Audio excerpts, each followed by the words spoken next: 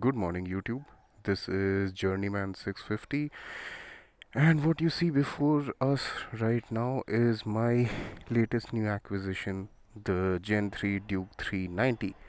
I bought this bike exactly 2 months ago, a little bit more than 2 months ago. Uh, I paid about 4 lakhs on road for it. Yes, I got this bike before the price cut, and I know that the 390 ADV is trending right now, but this is what I have, and I've ridden the bike for 1600 kilometers, and it's just like an initial ownership review. Won't be too comprehensive, and yes, the bike comes in two colors. One is an Atlantic blue, which is a bit more subtle than this. I went for neon orange because I don't know what, I just found this color very attractive. It's a bit loud and it's a pain to keep it clean, but hey, it is what it is. So let's just get on and ride the bike, and we can talk about it while I'm riding. I would just ask everyone to keep an open mind. I know the perception that this motorcycle has, but honestly, I just bought it as a very, very effective and fun street commuter, and that is going to be my purpose. And yes, our colony stray approves of the bike, in case you were wondering. Alright, guys, let's get on the road and let's talk about the bike. Thank you.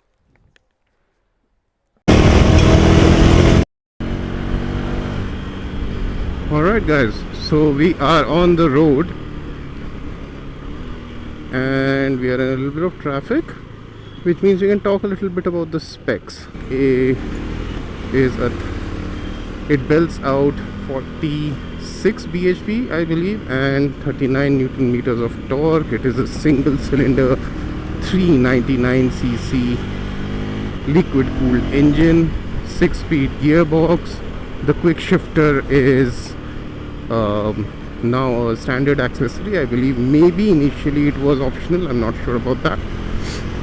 And this is the sort of engine you really need to rev out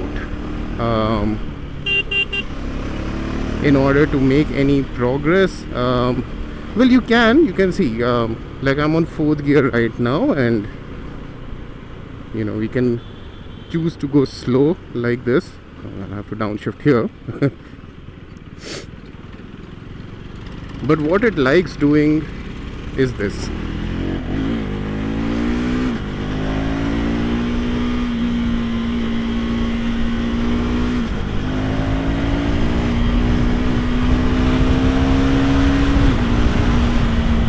Alright, let's not get carried away. But essentially, like you saw, the engine loves being revved out.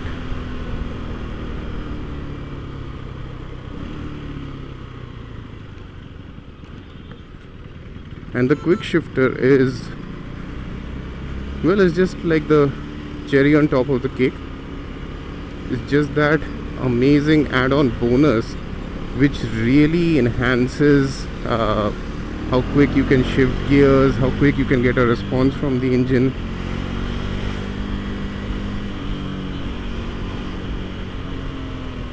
Speaking about engine refinement, because obviously you will be coaxed to rev the engine out once you start riding a bike like this. Now I would say there is a point where the engine gets really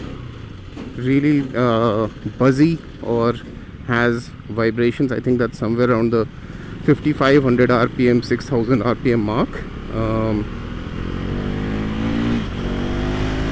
But beyond that, it's pretty smooth, and that's not just by KTM standards, but in general, as smooth as a single cylinder engine can be. So if you were inclined to ride it the whole day, engine vibrations is not something that would bother you, I feel. Oh god, this bike is so much fun.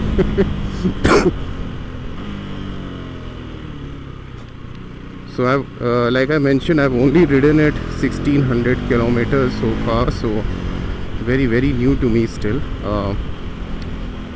But another This is a spec I generally really like about motorcycles, and that is the weight. And this thing comes in at only 168 kilos, apparently with fuel. And that is, I think, where the magic lies. Aside from that fire breathing engine, is how compact and light it feels. And genuinely, it just feels like it's a bicycle with an engine in the middle of it. And that is not to say that it's not a stable motorcycle. It's just you can do direction changes, you can basically chuck it into a corner and it will hold its line extremely well. But more than that, when you're riding such a lightweight motorcycle with this much power, you can actually just stay ahead of most of the traffic. And the brakes are such a good addition. The way the brakes, well, I would say that you need to put in some effort. Once you start living with the bike, you will realize that the brakes are really effective, but there's a lot of play in the lever, and that is one of my complaints. So I'm not just gonna sing praises of the bike. There are issues with it, and this is one of the issues I feel: the brakes.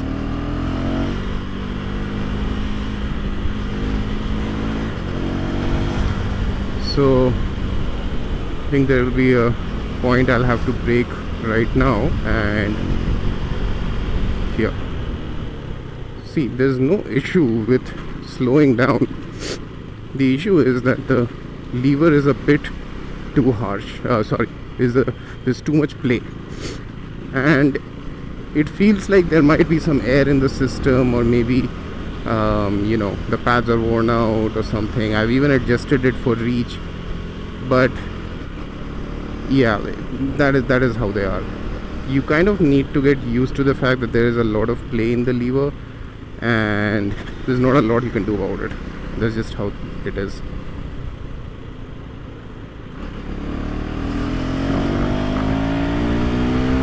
Just look at how dramatic that rev counter is. The whole speedo goes orange once you over rev the bike. And by the way, you can set the rev limit after the first 1000 kilometers.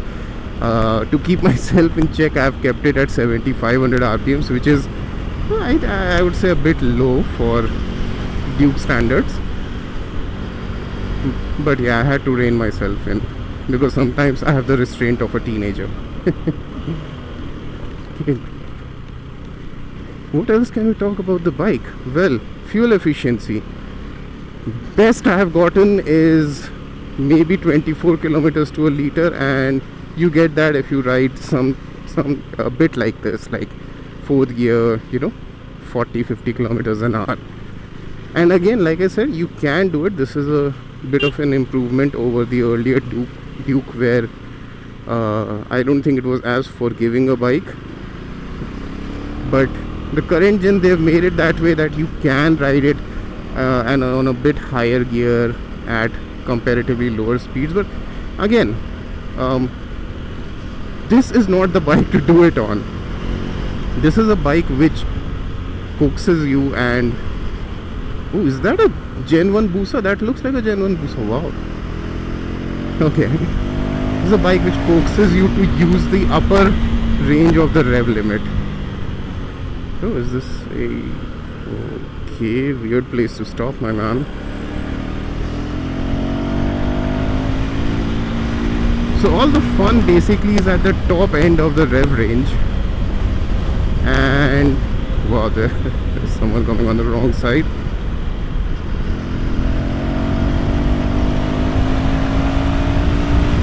And it feels so rewarding once you rev it up.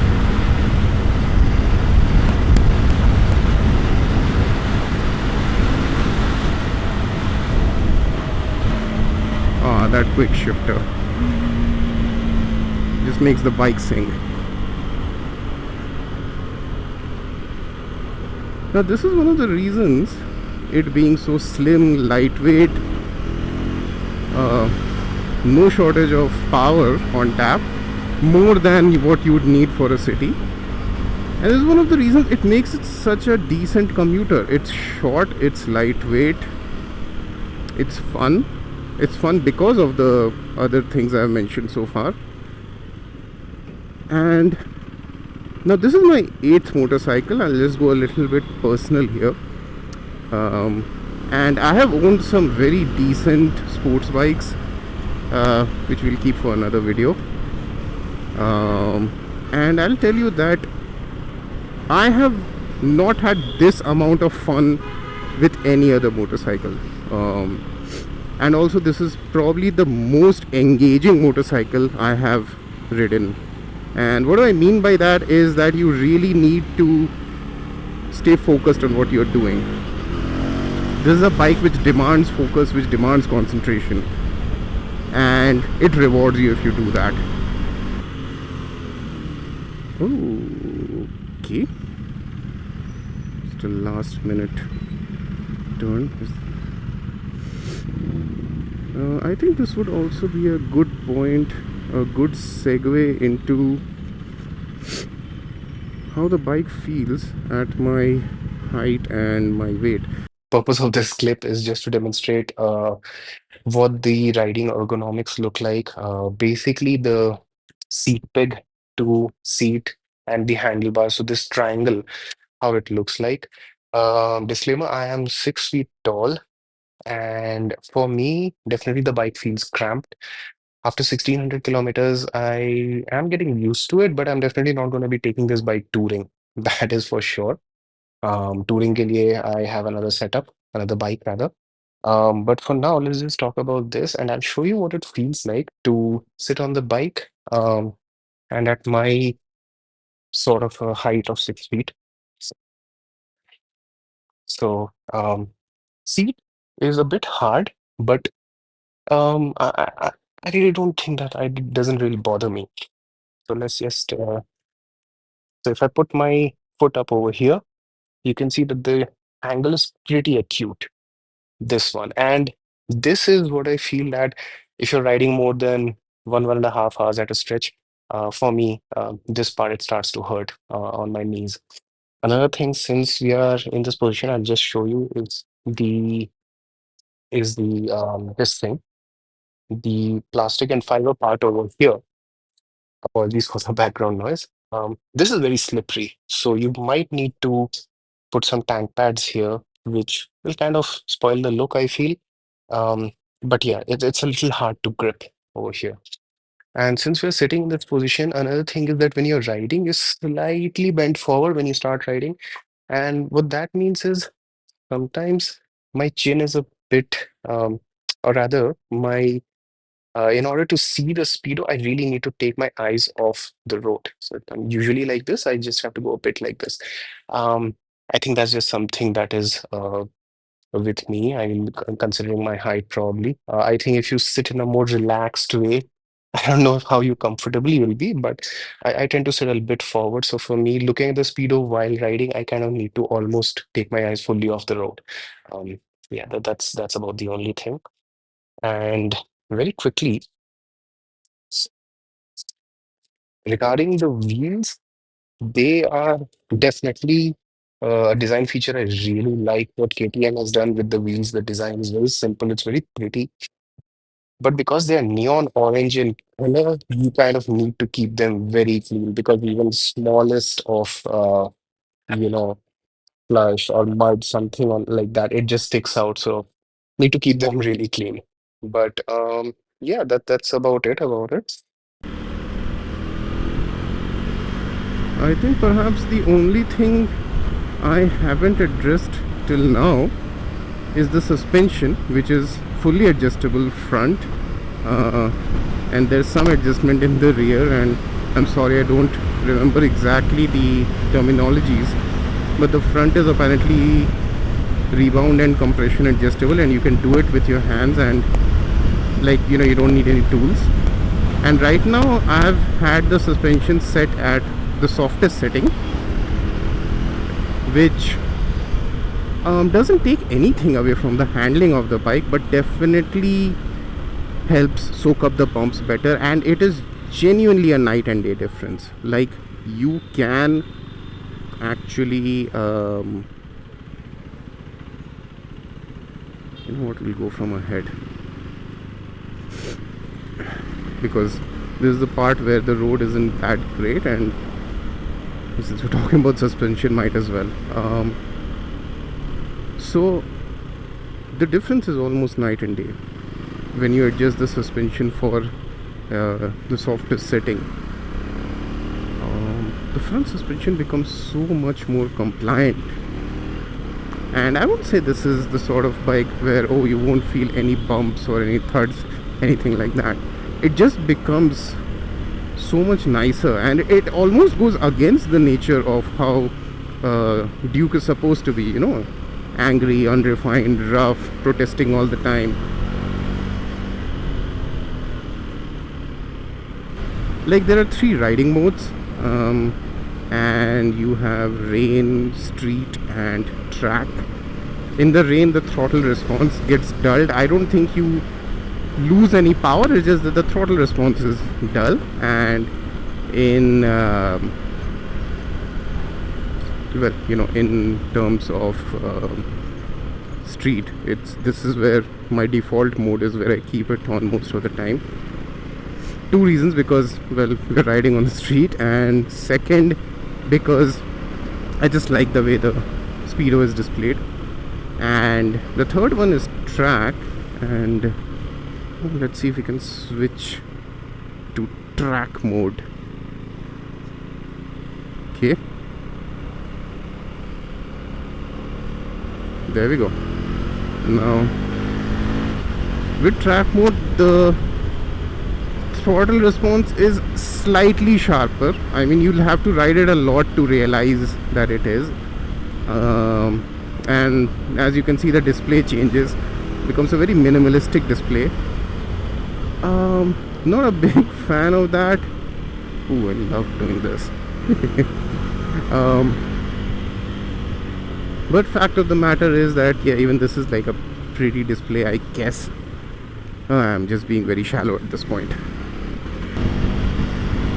Now, to answer a question you may ask, who is this bike for? You know, just if you look at the package, it's a very potent, decently comfortable, and extremely quick motorcycle. So if you're someone with a little bit of experience, then I think you'll be really able to exploit the performance that this bike offers. And if you're new to riding, I would genuinely, and this is not me being snobbish, this is not me being preachy, but I would not go for a motorcycle like this. I'll admit, if I had bought a motorcycle like this 10 years ago, I would have either not been able to enjoy it as much, because I wouldn't have the knowledge I have today, or I would have done something very stupid and maybe crashed it. So for anyone who is even decently experienced, I think if you have 4-5 years of experience, I think you would really enjoy this motorcycle, despite the fact that it is only a 400cc single cylinder engine. That specs, numbers on a paper, do not make up a motorcycle. If you give this bike a chance, I guarantee you this may turn out to be a more fun experience than bikes which even cost maybe 3 times more than this motorcycle on road. And I know that's a pretty bold statement, and we'll address those things as well. I've got a lot of ideas in my mind to talk to you guys about different motorcycles, stuff like that, but that's not for this video. This video is all about the initial ownership experience of this motorcycle. Alright everyone, please feel free to leave any additional information you would like to ask of me about this motorcycle in the comment section. I would love to hear from you guys. I would just say that, well, ride safe and be considerate. I guess that's all I'd like to say. let's not get too preachy. Thank you very much if you've stayed this far. Thank you even if you didn't stay till the end of the video. Every click, every like, every view matters. So take care, and I shall connect with you guys soon once again. Thank you.